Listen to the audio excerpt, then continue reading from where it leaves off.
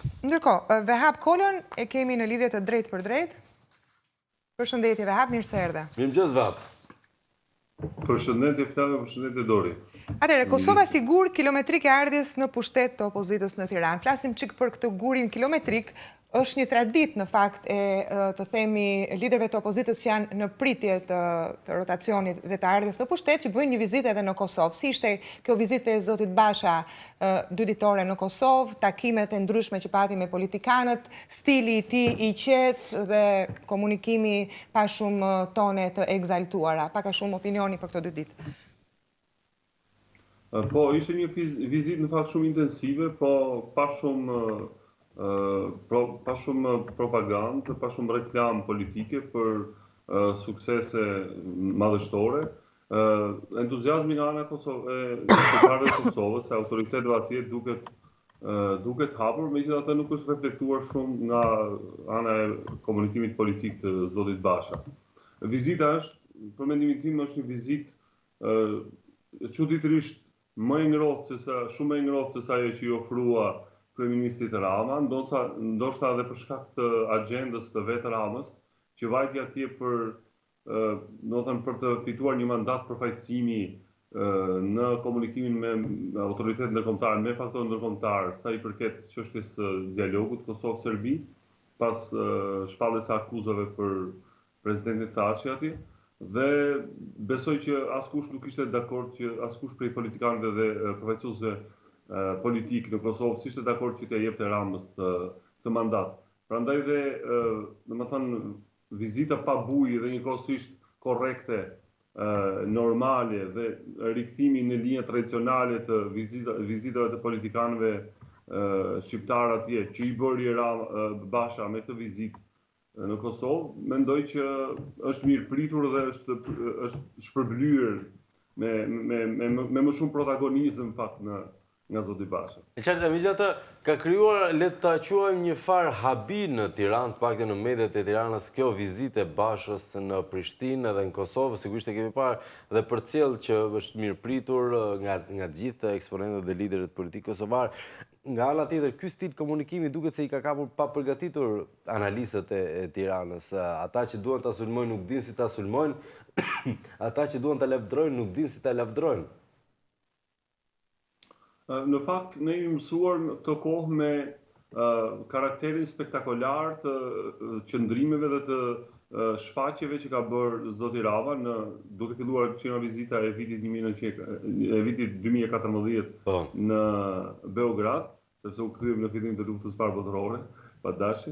Pra, në vitin 2014 në Beograd, ku u dha deklarata jashtëzakonisht shumë nacionalist, domethënë deklarata bombastike, nëse jo dhe aq nacionaliste, kërkesat nuk ishin shumë maksimaliste, por qëndrimet e tij u pompuan një farë mënyre në median tonë dhe në median ballkanike dhe edhe për shkakun se i interesonin agjendës politikës jashtme të Serbisë, veçanërisht agjendës saj në negociatat me Kosovën. Dhe që atëherë, domethënë, duhet të shënojmë, duhet të vëmë re se politika jashtme serbe diplomacia serbe ka marrë një revansh ndaj Kosovës dhe filloi një varg çnjohjesh, pra tërheqjesh të njohjeve që ishin arritur deri atëherë të shtetit të ri. Pse? Sepse ata ishin, domethënë, serbët kanë një makineri diplomatike shumë të zhvilluar, 170 vjeçare, dhe nga ana tjetër kishin nevojë për disa argumenta të tillë siç ishte nacionalizmi apo domethënë mesazhe nacionaliste të ofruara nga Rama në Beograd dhe më vonë pastaj me simbolikën tërësisht boshe, por nga ana tjetër domethënë që funksiononte si një argument pra për diplomacisë serbe të mbledhjeve të përbashkëta të qeverive të Shqipërisë dhe të Kosovës, që duhet thënë që s'kan prodhuar asgjë për të dy krahët, për të dy palët, këtej dhe për te kufirit, por kanë prodhuar vetëm kanë prodhuar argumentat dhe provat për diplomacinë serbe që të kërkojë ose që ta alarmojë komunitetin ndërkombëtar dhe ta përdor këto këto shfaqje si më thënë, si prova për ringjalljen e nacionalizmit pam pak më parë, shqiptar, projekte e Shqipërisë së Madhe etj. Po, pam pak më parë vizitën që Basha bëri tek familja e pasardhësve të Isa Buletinit, postimin e tij me flamurin e pasardhësve të tij, ishte një flamur shqiptar, të cilën edhe e nderuan në ata që ishin pranë tij. Kemi flamur shqiptar, pra jo flamurin e Kosovës pas pavarësisë. Ka ndonjë simbolik këtu? Dhe për më tepër që mesazhi i pasardhësve të Isa Buletinit ishte që këtë flamur ta vendosësh në zyrën tënde si kryeministër. Ka ndonjë mesazh simbolik, është flamuri shqiptar, jo flamuri i Kosovës, apo është normale? Është flamuri i Isa Buletinit, sigurisht është flamur shqiptar, dhe Isa Buletini s'mund të kishte flamurin e Kosovës.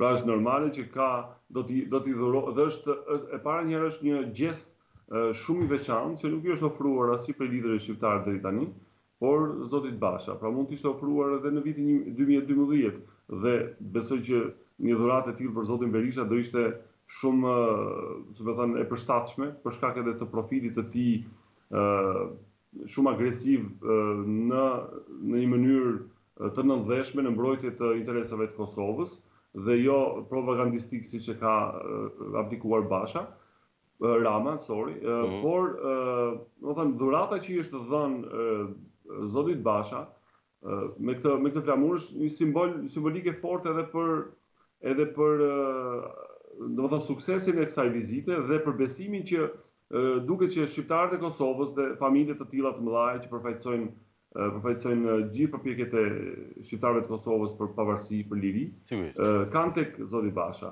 Është qartë që marrëdhënia ndërmjet Vim të një pikë tjetër e rëndësishme, në fakt, duket se marrëdhëniet Shqipëri-Kosovë janë shumë të ndjeshme dhe shpejt të ndryshueshme, edhe pse do duhet ishte një marrëdhënie e konsoliduar, madje e kalcifikuar drejt bashkëpunimit politik dhe ekonomik. Pse është në këtë pikë raporti që kemi me Kosovën? Po janë bërë të ndjeshme, janë bërë hipersensitive si një plagë, domethënë një plagë e cila është acaruar, sepse marrëdhëniet ndërmjet Shqipërisë dhe Kosovës të vitet e fundit janë bërë pre e spektaklit e fasadës dhe e mos përmbajtjes, e mungesës së përmbajtjes. Pra marrëveshjet e nënshkruara nuk janë zbatuar. Pengesat ndërmjet tregtare dhe kulturore ndërmjet Kosovës dhe Shqipërisë nuk janë hequr, por janë shtuar. Domethënë, ajo simbolika e trarit në rrugën e Kombit, që emrin e ka pikërisht për arsye se lidh Shqipërinë dhe Kosovën, e ka emrin rrugë e Kombit, dhe e taksës që ka vështirësuar transaksionet ekonomike, vizitat e ndërsjella në mënyrë domethënëse, ose të paktën i ka bërë ato, domethënë, sidomos shkëmbimet kulturore jo të mirëpritura në Shqipëri, po edhe në Kosovë. Besoj se kjo ka krijuar edhe një tension nga ana e shqiptarëve të Kosovës që shohin se Shqipëria, sepse ata nuk kanë për detyrim të bëjnë dallimin ndërmjet palëve politike në Shqipëri. Shohin që Shqipëria nuk i do dhe është rikthyer tek ato tezat e vjetra të komunizmit, pra që shqiptarët e Kosovës i quajnë kosovar dhe që i shes një komb tjetër apo sidomos si një pjesë e trupit kombëtar që tërhiqet pas, domethënë që nuk udhëheq as kulturalisht, as ekonomikisht, as politikisht kombin, por më shumë domethënë qëndron si kosto kombëtare. Dhe është e natyrshme që të kishte të ketë një ftohje dhe një hiperndjeshmëri, një hipersensitivitet nga ana e shqiptarëve të Kosovës, po edhe nga ana jonë, të mos e mohojmë që edhe ne jemi të pakënaqur me mënyrën se si janë zhvilluar raportet ndërshqiptare këto kohë. Pra, kemi parë vetëm tryeza të përbashkëta me mesazhe, me super mesazhe nacionaliste. Kemi dëgjuar prononcimet të zotit Rama në institucion Bashkimin Evropian, që nëse ju s'na bashkoni në Bruksel, do të bashkohemi vetë. Dhe në këtë drejtim, pra në drejtimin e konsolidimit të marrëdhënieve që janë as pak, domethënë që janë komplet normale dhe që nuk do të paragjykoheshin as nga institucionet ndërkombëtare, nga fuqitë e mëdha. Në këtë drejtim, qeveria e jonë dhe për fat keq as qeveritë e Kosovës, por kryesisht qeveria shqiptare nuk ka bërë sa duhet dhe s'ka bërë fare, s'ka bërë asgjë.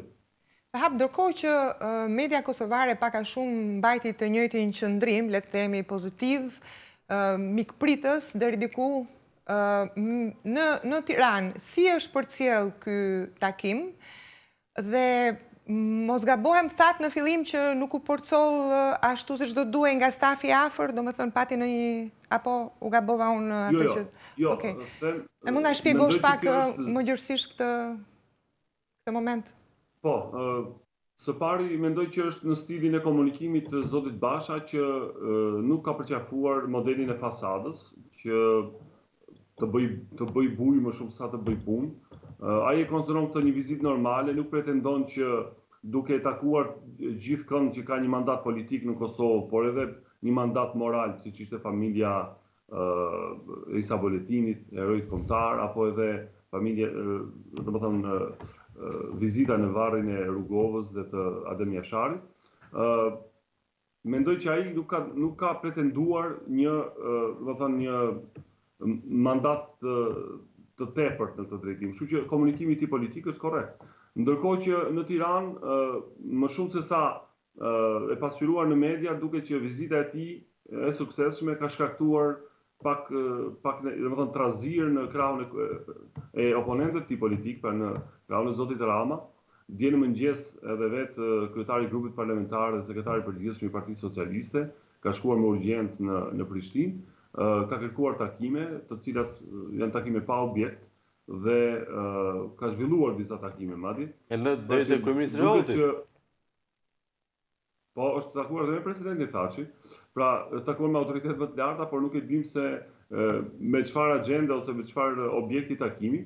Duhet të thonë që ka patur edhe një shprehje habie nga ana e autoriteteve të Kosovës, që çfarë nënkupton kjo vizitë tani. Dhe sot, kur është vetë zoti Basha atje, edhe këtu në Tiranë, zoti Rama është munduar që të prodhojë sa më shumë zhurmë mediatike, duke realizuar një kompromis fals dhe në fakt një kompromis të pa kompromis me të ashtu quajtur në opozitë parlamentare për të nënshkruar një marrëveshje për marrëveshjen e 5 qershorit, që pastaj kjo marrëveshje një javë pasi të miratohet me marrëveshje, me styrje të rrëzohet, duke ndryshuar kushtetutën dhe penguar koalicionet parazgjedhore. Pra gjithë kjo zhurmë që zhvillohet, që prodhohet nga ana e propagandës së zotit Rama, duket që është qartësisht synon që të mjegullojë dhe të nxjerrë në plan të dytë vizitën e zotit Basha. Duhet ta pranojmë, pra zoti Basha realizoi një vizitë të ngjashme me ato të zotit Berisha dhe ditë shumë mirë që Rama ka ndjerë gjithmonë një kompleks inferioriteti ndaj profilit dhe reputacionit të zotit Berisha në Kosovë. Dakor, prava, besoj ishte gjithçka që mund thuaj për një vizitë 2 ditore të kryetarit të opozitës Lulzim Basha në Prishtinë. Sigurisht do të ketë pasoja, kam përshtypjen, në Tiranë. Përfshi këtu edhe faktin që gjatë kohës që Basha ishte në Prishtinë, u arrit një tjetër marrëveshje, një 5 qershor i dytë, ndaj do të rilidhemi, besoj, me shumë mundësi. Duhet thënë që edhe kjo vizitë e zotit Basha, por nga stili i takon edhe devizës së tij kthim në normalitet, pra pa buj, po ndoshta me punë dhe me objektiva konkrete. Por me produkt.